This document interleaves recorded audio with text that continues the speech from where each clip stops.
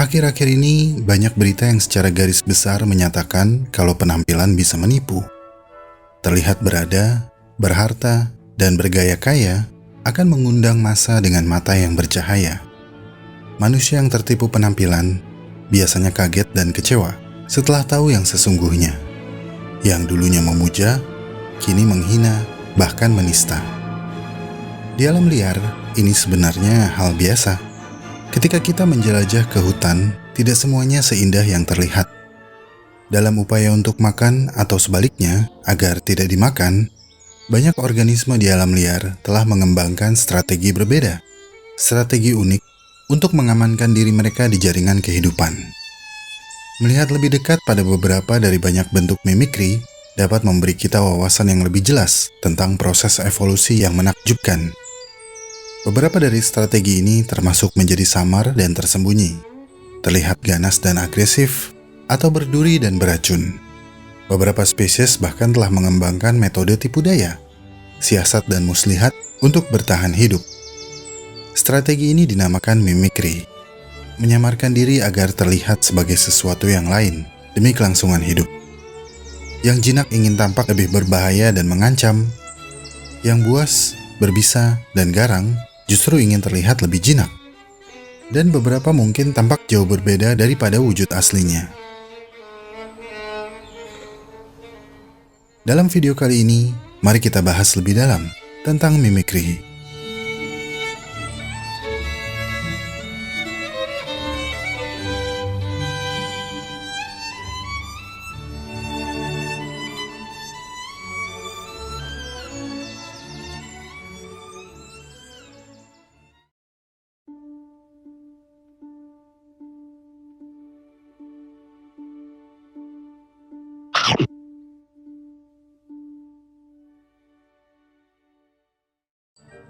Dari berbagai jenis mimikri, salah satu yang paling umum dan dipelajari dengan baik adalah buah penelitian dari Henry Walter Bates, seorang naturalis Inggris yang menghabiskan lebih dari 1 dekade mengamati Amazon pada pertengahan abad ke-19.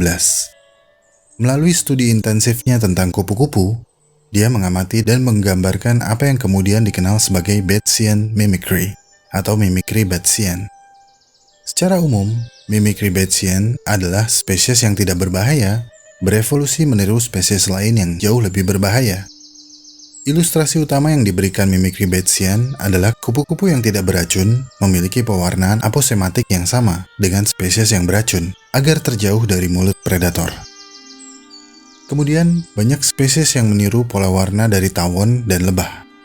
Garis hitam dan kuning yang terkenal dari banyak spesies tawon dan lebah adalah warna peringatan, yang secara efektif menyatakan, mundur atau aku akan menyengatmu.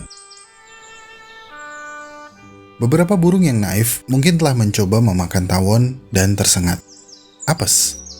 Kemudian berdasarkan pengalaman pahit ini, ia akan menghindari tawon dan lebah di kemudian hari. Tawon atau lebah individu yang telah mati dan setengah dikunyah memang tidak mendapat manfaat secara langsung. Tapi spesies mereka secara keseluruhan menjadi lega karena telah berkurang satu predator yang kapok akibat tersengat. Sejak saat itu, burung akan menghindari apapun yang dianggapnya mirip tawon dan lebah, baik itu asli atau yang cuma meniru. Di antara peniru tawon dan lebah yang paling terkenal adalah hoverfly. Hoverfly meniru penampilan sepupu jauh mereka yang lebih berbahaya, yaitu tawon. Banyak hoverfly telah mengembangkan belang-belang hitam dan kuning ini, dan banyak yang tertipu oleh penampilan mereka dan mengira kalau hoverfly memiliki kemampuan menyengat. Tapi mereka sama sekali tidak berbahaya. Tipu muslihat ini sangat efektif, dan bahkan manusia yang belum pernah bertemu hoverfly sebelumnya terkadang menjadi sangat gugup ketika hoverfly mendekat. Bee beetle atau kumbang lebah juga terlihat mirip bumblebee. Dan bahkan ada ngengat yang mirip tawon seperti lunar hornet moth atau ngengat tawon yang memiliki warna khas hitam dan kuning, sayap transparan, dan berdengung ketika terbang. Sekali lagi, mereka mengandalkan mimikri yang efektif karena mereka tidak memiliki bentuk pertahanan lain.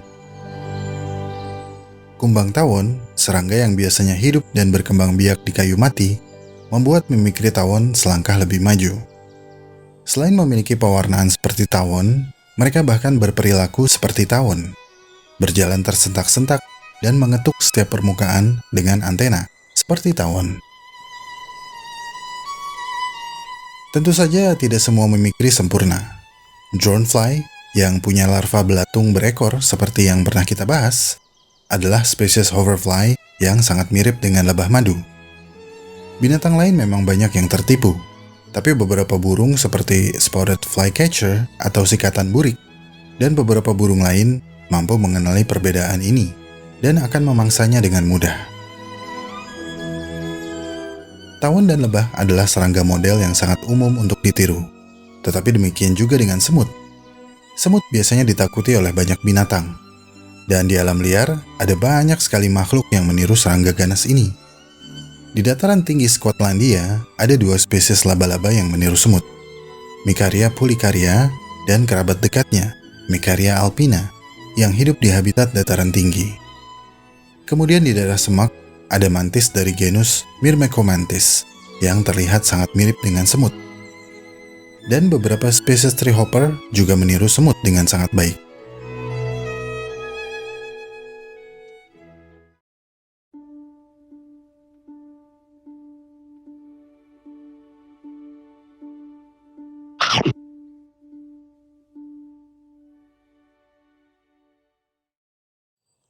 Pada abad ke-19, Fritz Müller, seorang naturalis dan zoologis dari Jerman yang bekerja di Amazon 3 dekade setelah Henry Walter Bates, menggambarkan jenis mimikri yang berbeda, yaitu mimikri Müllerian.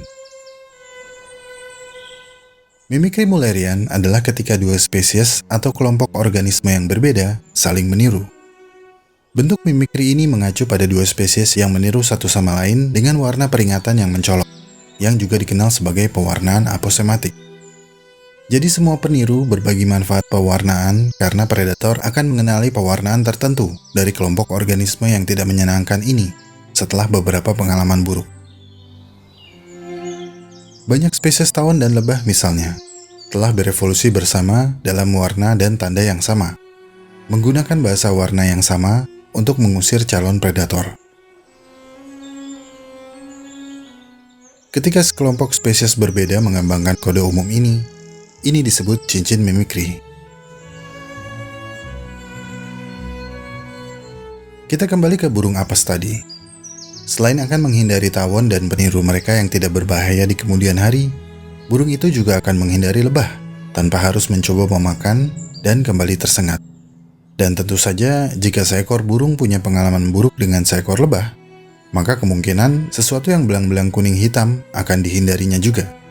Dengan demikian, hubungan yang awalnya merugikan tersebut berubah menjadi hubungan yang saling menguntungkan. Lebah dan tawon tidak dimakan, burung akan terhindar dari sengatan.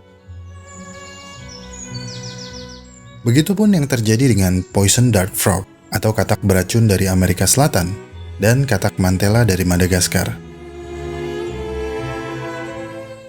Katak-katak ini adalah contoh dari pewarnaan aposematisme, dengan pewarnaan cerah yang mencolok yang diselingi warna hitam. Tidak semua katak jenis ini beracun, tapi beberapa binatang yang punya pengalaman buruk ketika memakan katak yang beracun, pasti akan menghindari memangsa katak yang berwarna cerah.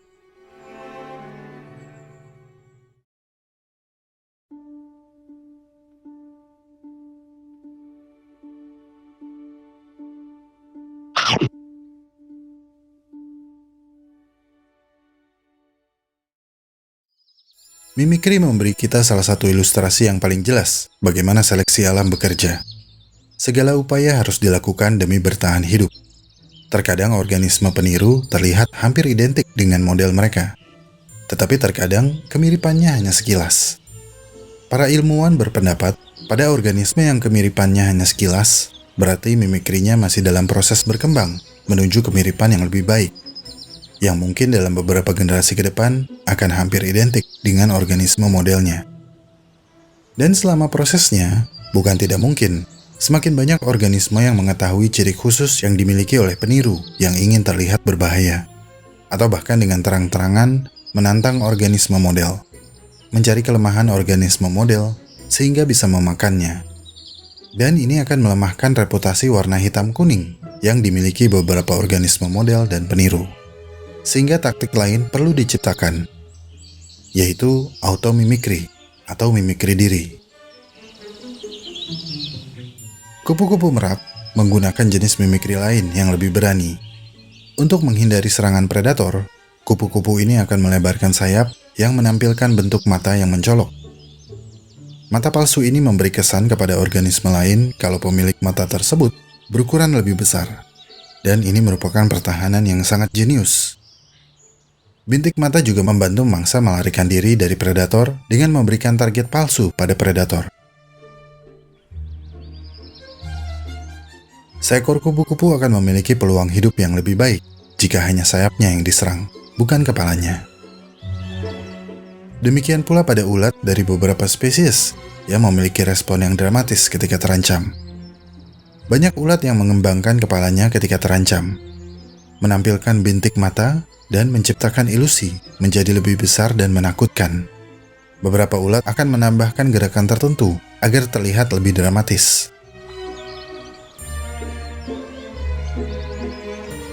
Meskipun mungkin beberapa ulat tidak meniru spesies tertentu, tetap saja sebuah trik penipuan yang efektif. Kemudian ada dugaan kalau kucing liar Skotlandia juga menggunakan bentuk mimikri. Saat terganggu, kucing-kucing ini akan meludah dan mendesis ganas.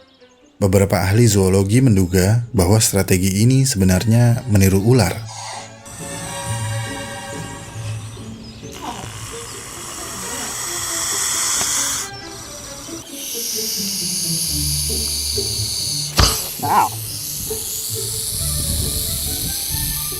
Dengan tambahan efek dramatis lainnya, seperti postur telinga yang merata, ekor yang meliuk-liuk, dan mulut bertaring yang menganga. Banyak hewan yang memiliki ketakutan naluriah terhadap ular, sehingga lebih memilih mundur dan kabur. Namun, mimikri tidak selalu tentang perlindungan terhadap predator. Pada video tentang brood parasitisme, saya telah membahas beberapa spesies burung kuku yang menggunakan beberapa bentuk tipu daya yang menakjubkan untuk membantu gaya hidup parasitnya. Saat terbang, burung kuku terlihat sangat mirip dengan falcon atau elang. Baik dari bentuk tubuh, pola terbang, dan bahkan tanda bergaris yang sama di dada mereka. Ketika burung kuku terbang ke suatu daerah, burung lain sering mengira kalau mereka adalah elang dan bergegas keluar sarang untuk menghindari mereka. Ini memberi burung kuku kesempatan untuk melakukan manuver berikutnya. Dan manuver ini cukup sadis, yaitu membuang telur burung inang dan menggantikannya dengan telurnya sendiri. Burung kuku menargetkan beberapa inang, karena setiap spesies kuku telah berevolusi untuk memiliki warna telur yang berbeda. Beberapa spesies kuku telah terspesialisasi dalam menginvasi spesies inang tertentu. Dengan catatan, inang tersebut memiliki bentuk dan warna telur yang serupa. Jadi beberapa burung kuku akan menargetkan burung padang rumput, sementara yang lain akan bertelur di sarang burung inang di atas pohon.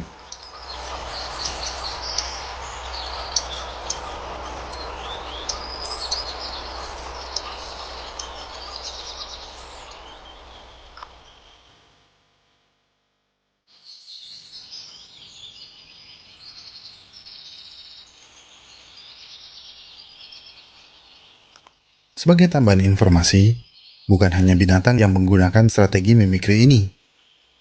Fungi dan tumbuhan juga menggunakannya. Mereka menggunakan mimikri untuk membantu penyerbukan atau penyebaran spora mereka. Ini dilakukan oleh jamur stinghorn. Stinghorn adalah jamur yang meniru bau daging yang membusuk. Bau ini akan menarik lalat yang ketika mendarat di jamur, mereka akan terbang ke tempat lain dengan membawa spora di kaki mereka. Dan bicara tentang bau bangkai, kamu pasti langsung ingat kepada bunga bangkai yang menggunakan metode yang sama dengan stinghorn, yaitu bau bangkai yang khas untuk menarik serangga dan binatang lain menyerbuki mereka. Tumbuhan lain yang menggunakan mimikri adalah anggrek. Beberapa spesies anggrek akan meniru bentuk serangga tertentu untuk memancing serangga dari spesies yang sama untuk datang dan menyerbukinya.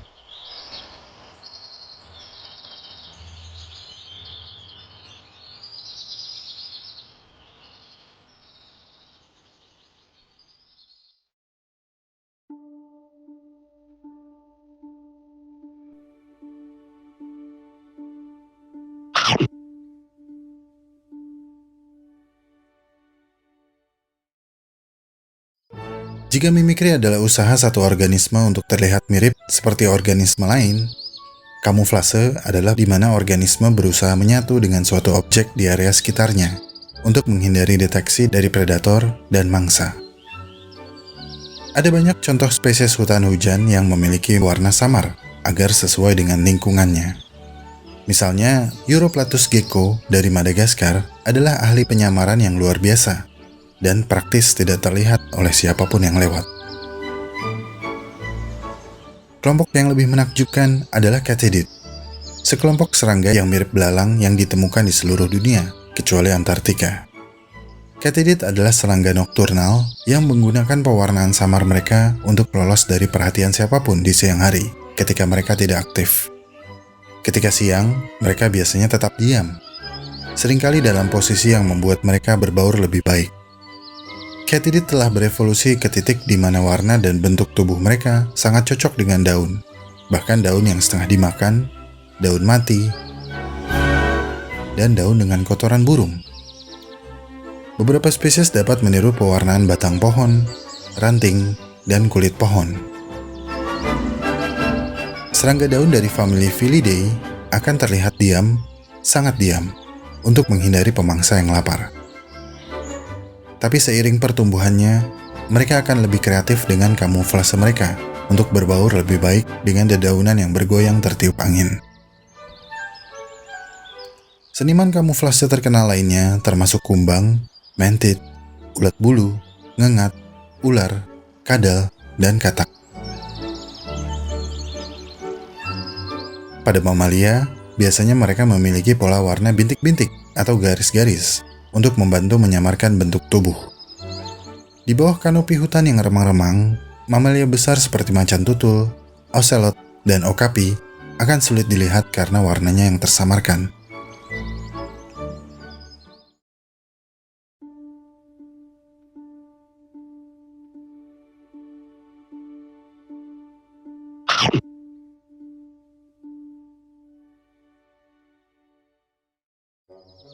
Seperti yang sudah kita bahas, mimikri bukan hanya tentang melindungi diri dari predator.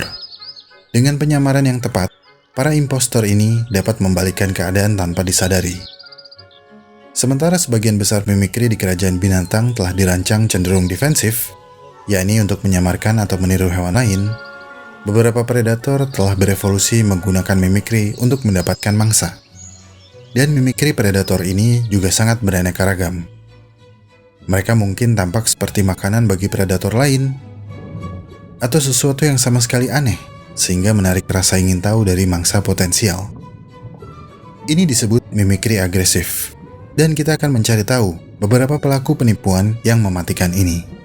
Tapi sebelum kita ketemu penipu yang mematikan tersebut, saya ingin berterima kasih kepada teman-teman yang telah support Alam Semenit lewat donasi di Saweria. Pras, Spider Nurul, Lope Monozone, Maji Durable, Penggilingan Padi Sidodadi, Besti Yaya, IGAli.id, Hampers Lebaran, Miftahul Anam, Apirin, Presidential Threshold 0%, Jennifer Tan, semoga Bitcoin 100k dolar tahun ini, Elang Groby, MS_Sembada, Neo Gemoy, Stats Purwagen, Zaki Aliasin, Valentinuj, Donald Kram, Orchi, Air on G-String Semriwing, Princess Selin, Agaton Isaac, Adu, FNP 999, Rekber Adiansyah, Orang Nganjuk, Master Egi, Ude Sumber Urip, Minachi Shop Topet, Regina mau jadi pacarku nggak, Save Bisma, iFrame sewa laptop besar kecil, Cakpin lagi, Kecap sayang Tomioka, Kecap sayang Cipit, Warung Cakso, Muggers Adventure, Grogu, Bapaknya Gondot, Banu Lesmana Bagaskara, Lestari, Kemal Lu Anku, Cecil Sel, Iksan Alex, Prila mau jadi pacarku nggak, Juragan Muntois, Chandra Salai Uwu, Gilang Cesenia, Jelajah Purbalingga, Deatni Aku Rindu, Wetri, Akmal 28 Channel, Rido Pencari Kerja, Aku Masih Sayang Dewa, Yasmin Madaniah, Earthmix and Om Nanon, Uci Sayang Iki Selalu, Iki Sayang Uci Selalu, Neko Yau YT Channel, Ayah Ahmad, Cuan 365, dan Sewa Jet Pribadi.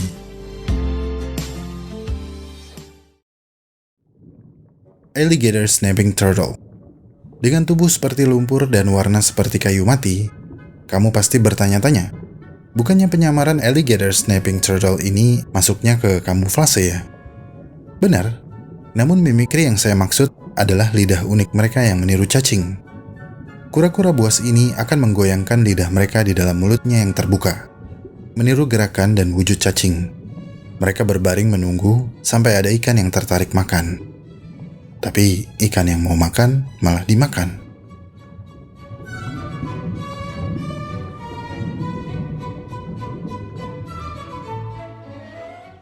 Ant mimic spider. Laba-laba dari genus Myrmeraceae ini adalah bagian dari kelompok yang dikenal sebagai jumping spiders atau laba-laba pelompat. Laba-laba ini gemar memakan spesies semut tertentu.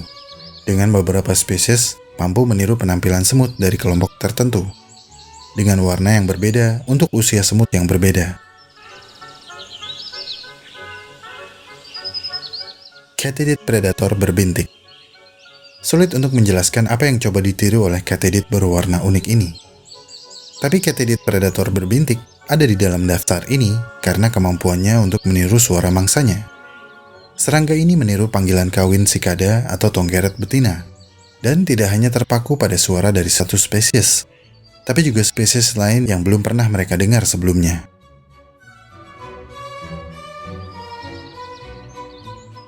Mantis anggrek. Meskipun terlanjur dinamai mantis anggrek, serangga predator ini sesungguhnya menampilkan dirinya sebagai bunga yang umum, dengan anggota badan yang melebar dan warna cerah, yang tampak seperti kelopak bunga putih yang baru mekar. Mantis anggrek bertindak sebagai hiperstimulus. Mereka lebih menarik bagi mangsanya daripada bunga anggrek asli, karena dalam penglihatan serangga, warna mantis anggrek lebih cerah daripada kelompok bunga yang mereka tiru.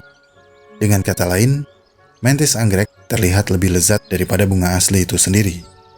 Spesies mantis lain memiliki mimikri yang berlawanan, dengan beberapa spesies meniru daun mati untuk menghindari predator. Green-banded broadside. Cacing pipih yang luar biasa ini menggunakan mimikri bukan untuk mendapatkan mangsa, tetapi untuk dimangsa. Cacing disco ini sebenarnya adalah kantung berisi ratusan larva cacing pipih kecil. Cacing parasit ini menjadi dewasa di dalam tubuh burung, yang menyebarkan cacing ini melalui ee mereka. Setelah siput memakan rumput yang terkena ee burung yang terinfeksi, kantung cacing tersebut menuju ke batang mata siput, menyebabkan perubahan fisik dan perilaku pada siput. Kantung cacing akan berdenyut dengan warna merah, kuning, dan hijau, menyerupai ulat. Siput yang terinfeksi akan lebih sering keluar di bawah sinar matahari dan menarik perhatian burung. Setelah siput dimakan burung, cacing berkembang menjadi dewasa di dalam sistem pencernaan burung, di mana mereka berkembang biak dan kemudian berakhir di ee burung, bersiap untuk kedatangan siput lain dan memakannya. Hawkmoth kepala maut. Ngengat ini menjadi ikon publik setelah muncul di film Silence of the Lambs, di mana kepompong mereka diletakkan di mulut korban pembunuhan berantai. Ngengat ini dapat dikenali dengan tanda mirip tengkorak di dekat kepala mereka. Yang unik dari ngengat ini adalah mereka tidak menggunakan mimikri yang berbasis penampilan. Sebaliknya, mereka meniru feromon atau bau khas dari lebah, memungkinkan mereka mendekati sarang lebah tanpa dicurigai. Di sana, mereka cuek memakan madu manis yang tersimpan di dalam sarang lebah. Anglerfish. Mimikri agresif kurang lengkap tanpa kehadiran anglerfish. Kelompok ikan ini dicirikan oleh keberadaan alat pancing di bagian kepalanya. Ujung pemancing ini memiliki mimikri umpan yang meniru cacing, mirip seperti alligator snapping turtle. Tapi beberapa anglerfish mengupgrade mimikri umpan ini menjadi lebih canggih, dengan bentuk umpan yang bervariasi, beraroma seperti cacing, bahkan mengandung bahan bioluminesensi pada beberapa spesies yang hidup di laut dalam, di mana sinar matahari tidak dapat menembus lebih dalam. Saudara anglerfish, yaitu frogfish, pernah saya bahas sebelumnya. Viper berekor laba-laba. Ekor ular dari Iran ini dimodifikasi menjadi struktur bulat yang terlihat seperti laba-laba untuk memikat mangsa favorit mereka, burung. Meskipun ada beberapa ular yang menggunakan ekornya sebagai umpan, tapi tidak ada yang memiliki mimikri serumit ular berbisa ini. Umpan akan digerakkan melintasi permukaan berbatu, sementara ular menunggu santai karena tubuhnya tersamarkan dengan sempurna. Ketika seekor burung menukik untuk menangkap laba-laba tersebut, ular itu dengan mudah menyergap.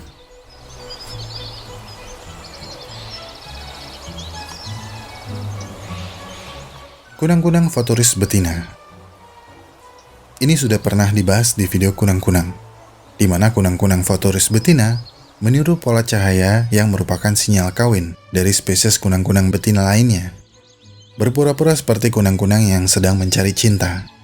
Ketika kunang-kunang jantan menanggapi panggilan ini, mereka akan mendekat ke cahaya dengan harapan bisa kawin. Sayangnya, kunang-kunang futuris betina tidak siap untuk komitmen dan lebih memilih hati yang kosong daripada perut yang kosong.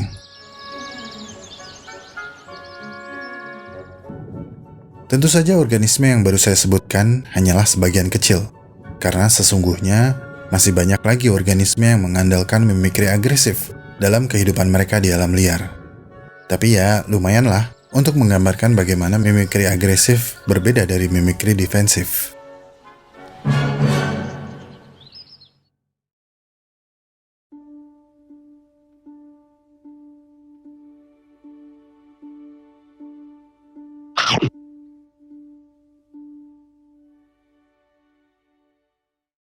Perilaku mimikri menunjukkan kekuatan seleksi alam, serta menyoroti fakta bahwa seringkali kita perlu melihat kembali apa yang kita pikir telah kita lihat. Jangan sampai lalai dan terlambat menyadari kalau yang diperlihatkan adalah muslihat. Semoga dari pembahasan ini kita belajar kalau mimikri tidak datang begitu saja. Perlu ratusan atau bahkan jutaan tahun untuk menyempurnakannya. Seperti mimikri, kesuksesan tidak bisa dicapai lewat jalan pintas. Juga tidak bisa diraih dengan cara-cara yang instan. Ada proses yang harus dijalani. Ada komitmen dan ketulusan yang harus digeluti. Ada jatuh bangun yang harus dialami. Untuk kamu yang terlanjur tertipu mimikri, mungkin ini adalah proses jatuh kamu. Untuk bangun kembali dengan hati yang lapang agar bisa menerima kenyataan. Setelah proses tersebut dilewati, siapa tahu kamu akan menjadi pribadi yang baru dan lebih tangguh dari sebelumnya. Siapa tahu.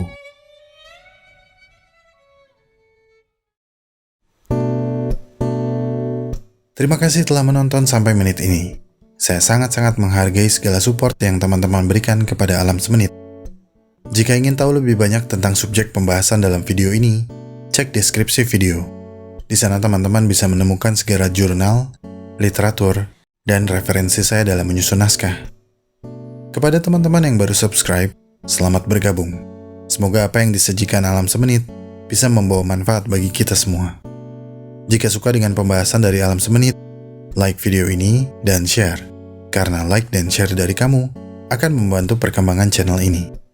Ikuti perkembangan semua hal yang aneh, menjijikan, dan indah yang mengundang rasa ingin tahu kita semua. Sampai jumpa di video selanjutnya.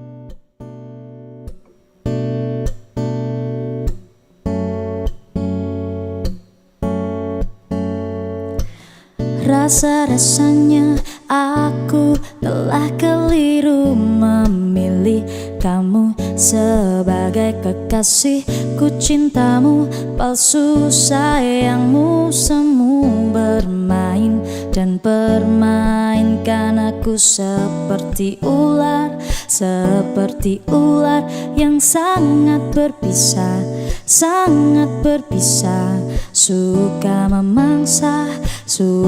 memangsa diriku tergigit cinta. Aku tertipu, aku terjebak, aku terperangkap muslihatmu. Aku tertipu, aku terjebak, aku terperangkap muslihatmu.